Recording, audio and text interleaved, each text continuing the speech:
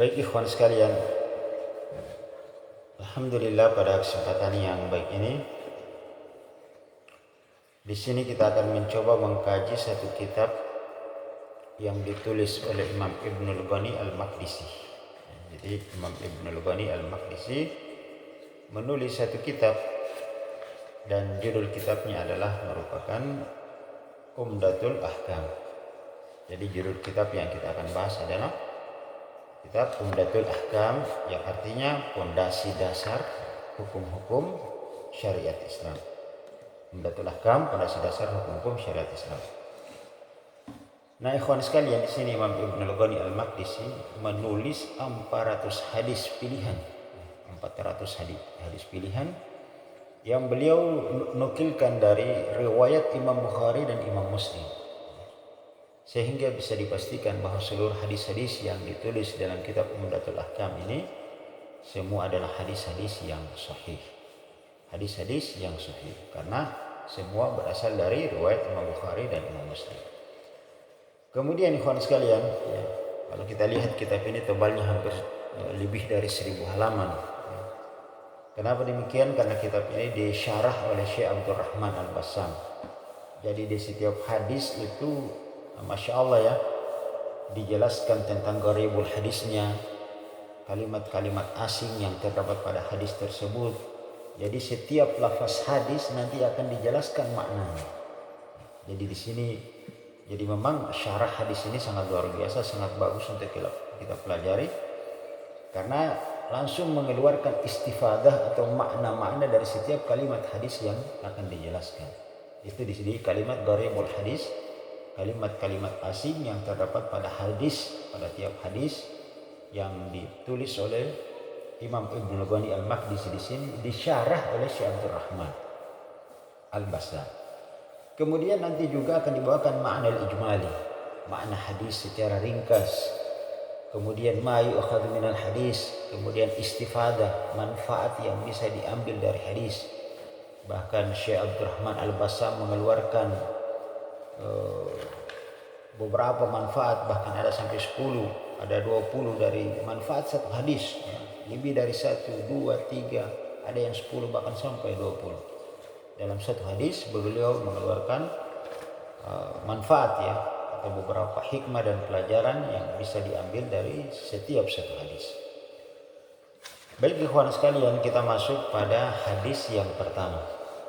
Al-hadisul awal, hadis yang pertama yang ditulis oleh beliau, an Amiril Mu'minina Abi Hafsin Umar bin Khattab radhiyallahu anhu qala sami'tu Rasulullah sallallahu alaihi wasallam.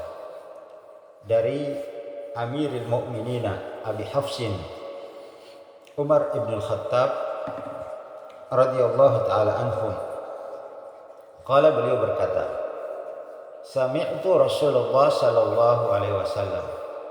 Kata beliau, saya telah mendengar dari Rasulullah sallallahu alaihi wasallam yaqul, beliau bersabda, innamal a'malu binniyat. Sesungguhnya setiap amalan itu tergantung dengan niat-niatnya. Innamal a'malu binniyat, setiap amalan itu tergantung dengan niat-niatnya. Wa innama likulli imri'in ma nawa, dan setiap orang akan mendapatkan sesuai dengan apa yang dia niatkan. Faman kanat hijratuhu ilallahi wa rasulih, maka barang siapa yang niatnya hijrah kepada Allah dan Rasulnya, fa hijratuhu ilallahi wa rasulih, maka dia akan mendapatkan pahala hijrah kepada Allah dan Rasulnya. Wa man kanat hijratuhu lid-dunya yusibuha, barang siapa yang berniat hijrah karena ingin mendapatkan dunia dan perniagaannya, awi imra'atan yankihuha, atau dia niat hijrah karena ingin menikahi seorang wanita yang dia sukai, fa hijratuhu ila ma hajara ilaihi, maka pahala hijrahnya dia dapatkan sesuai dengan niat hijrah yang dia niatkan tersebut. Hadis ini diriwayatkan oleh Imam Bukhari dan Imam Muslim. Maka langsung kita masuk pada gharibul hadis. syarah dari Syekh Abdurrahman Al-Bassam. Kata beliau, gharibul hadis, makna-makna asing yang terdapat pada hadis di atas. Yang pertama, innamal a'malu binniyat. Sesungguhnya amalan itu tergantung pada niat-niatnya. Kalimatun innama, adapun kalimat innama pada hadis di atas bermakna tufidul hirs. Dia mengurung sesuatu, membatasi sesuatu. Fahuwa huna qasrun mausufun ala sifatihi. Bahwa dia di sini innama ini adalah qasrun. Dia mengurung mausufun ala sifatihi. Segala sesuatu, satu amalan ala sifatihi, di atas sifatnya.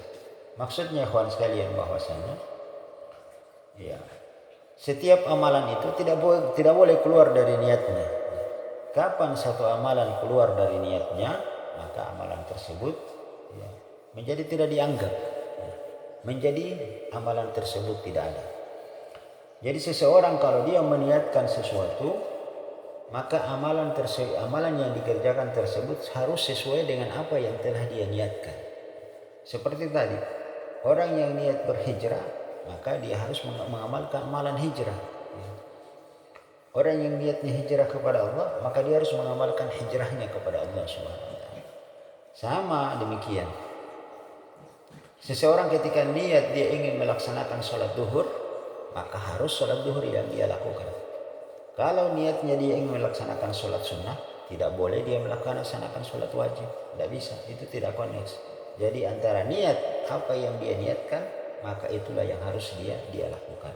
Makanya innama di sini adalah mengurung bahwa apa yang kamu niatkan, maka harus kamu melakukan apa yang kamu niatkan tersebut. Ini yang ikhwan sekalian maknanya.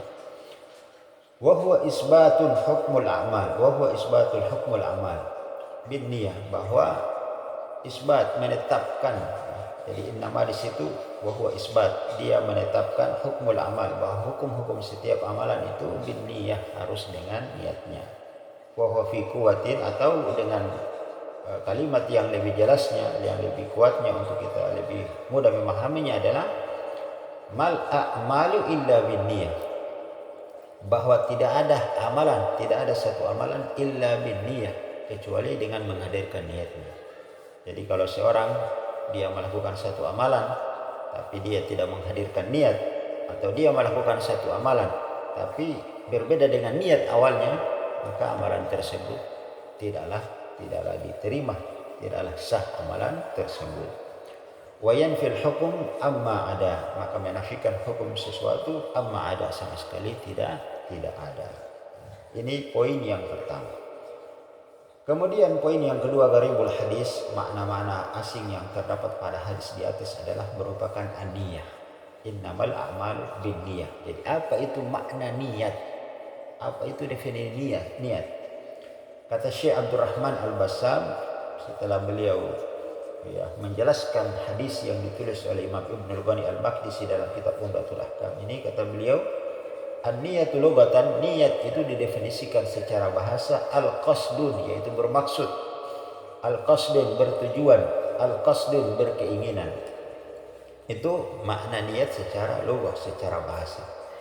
Wa waqa bil ifradi fi aksari riwayat. Jadi memang di riwayat yang lain itu dia datang dengan bentuknya mufrad. Wa waqa bil ifrad, datang dengan bentuk ifrad, bentuk mufrad, bentuk tunggal, maksudnya dengan satu niat, fi aksari riwayat, pada kebanyakan riwayat. Kalau di riwayat hadis kita di sini dia dengan an-niyat, yaitu dengan niat-niat. Kalau di riwayat yang lain dengan satu niat. Jadi itu tadi bahwa an-niyat, niat itu logatan secara bahasa adalah al-qasdun, bermaksud, bertujuan, berkeinginan.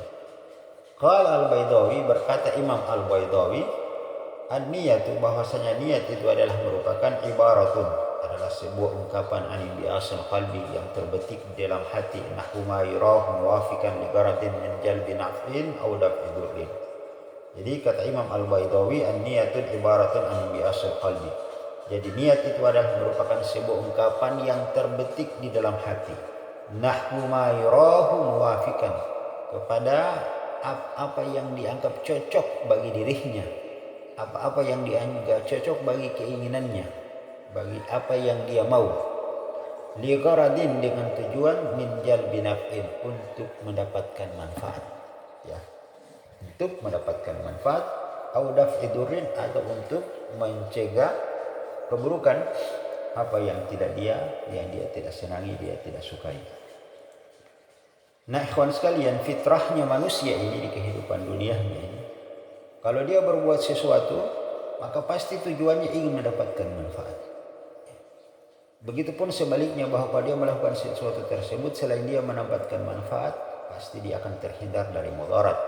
Misalnya dalam dia mencari rezeki, maka dia manfaat agar hidupnya berkecukupan dan terhindar dari bahaya kemiskinan. Kan seperti itu. Seseorang ketika dia menuntut ilmu, maka tujuannya agar dia pintar dan terhindar dari keburuk-buruknya kebodohan, jeleknya kebodohan. Jadi itu ya.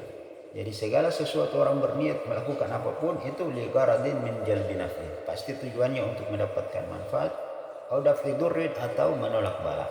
Namun terkadang ada orang yang tujuannya itu jalbi naf'in, manfaat yang dia dapatkan hanya tujuan dunia saja, ya. Tidak ada tujuan akhiratnya. Kalau menolak mudarat, itu mudarat dunia saja, ya. Seperti tadi dia mencari nafkah. Dia mencari nafkah hanya untuk manfaat dunia. Menolaknya hanya sekedar menolak kemiskinan, tapi tidak ada niat untuk akhirat, bahwa dengan rezeki yang dia dapatkan itu semakin memudahkan dia untuk beribadah kepada Allah. Dia bisa bersedekah, dia membantu kaum fakir miskin, dia fasilitasi dirinya untuk melakukan ibadah dan ketaatan kepada Allah Subhanahu wa taala. Begitupun dengan ilmu tersebut dia gunakan untuk berdakwah, menyampaikan ilmu, kemudian dia beramal dengannya, sehingga bermanfaat ilmunya, bermanfaat hartanya untuk kebaikan dia, baik kebaikan di dunia maupun kebaikan di akhirat. Kalau menolak keburukan, itu menolak keburukan di dunia dan menolak keburukan untuk di kehidupan akhiratnya kelak. Maka inilah orang-orang yang panjang akalnya.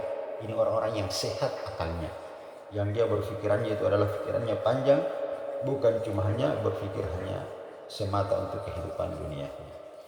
Kemudian ikhwan sekalian, kata beliau Syekh Abdurrahman Al-Bassam, kita lanjutkan, wa syar'an, dan definisi niat secara istilah syar'i yaitu al-azmu ala fi'lil ibadati taqarruban ila Allah taala. Jadi ya, bahwa definisi niat secara istilah syar'i yaitu al-azmu, yaitu kekuatan tekad di dalam hati, ya.